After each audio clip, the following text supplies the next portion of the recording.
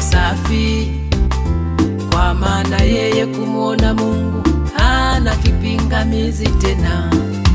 Na neno heri ni neno lililo safi, kwa maana aliyepewa heri hana wasiwasi tena. Katika ulimwengu huu mtu wa Mungu, tunaishi na makabila, ndani yake ni Wayahudi na Mafarisayo na baadhi ya waandishi. Ndani yake ni Wayahudi na Mafarisayo na baadhi ya waandishi, walioishi na kuyaishi mapokeo yatokayo kwa familia zao.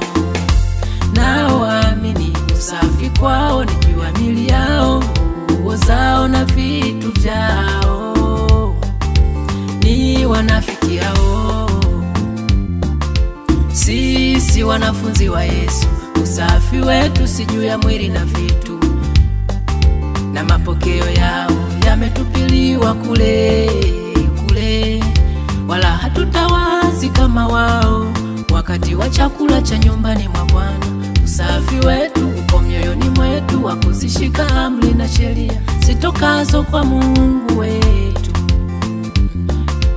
Usafi wetu upo mioyoni mwetu, wa kuzishika amri na sheria zitokazo kwa Mungu wetu.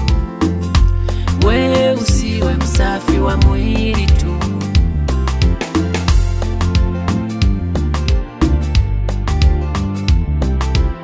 uwa msafi wa moyo ni jambo la muhimu sana kwako wewe unayetamani kuishi maisha mazuri. Ukiwa msafi wa moyo utamwona Mungu na atakuondolea mitihani yenye mahangaiko na masikitiko inayokuzuia usifanikiwe.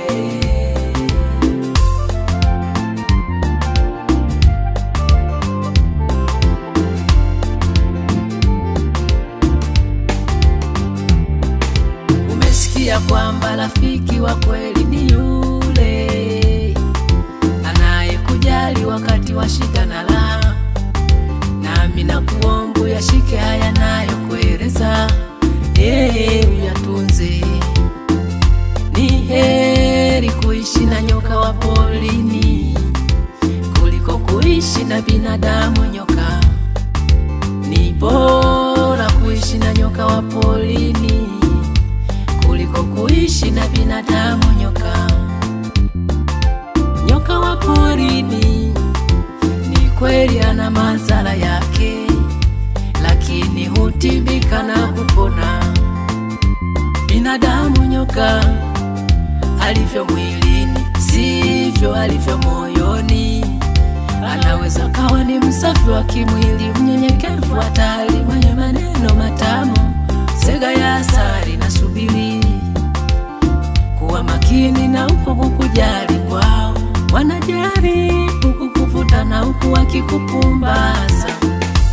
Usishituke, maana ndani ya mioyo yao ni wakatili hujawahi kuona.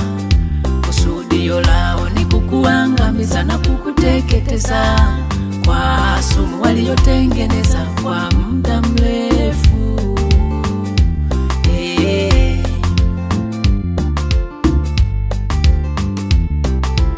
Yote sawa, lakini ni kosa kubwa kumwamini mwanadamu kwa muonekano wake wa mwili, isipokuwa moyoni pekee.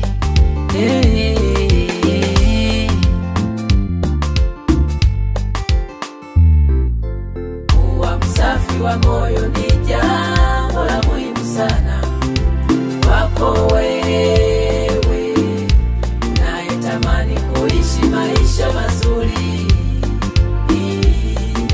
Ukiwa msafi wa moyo utamwona Mungu.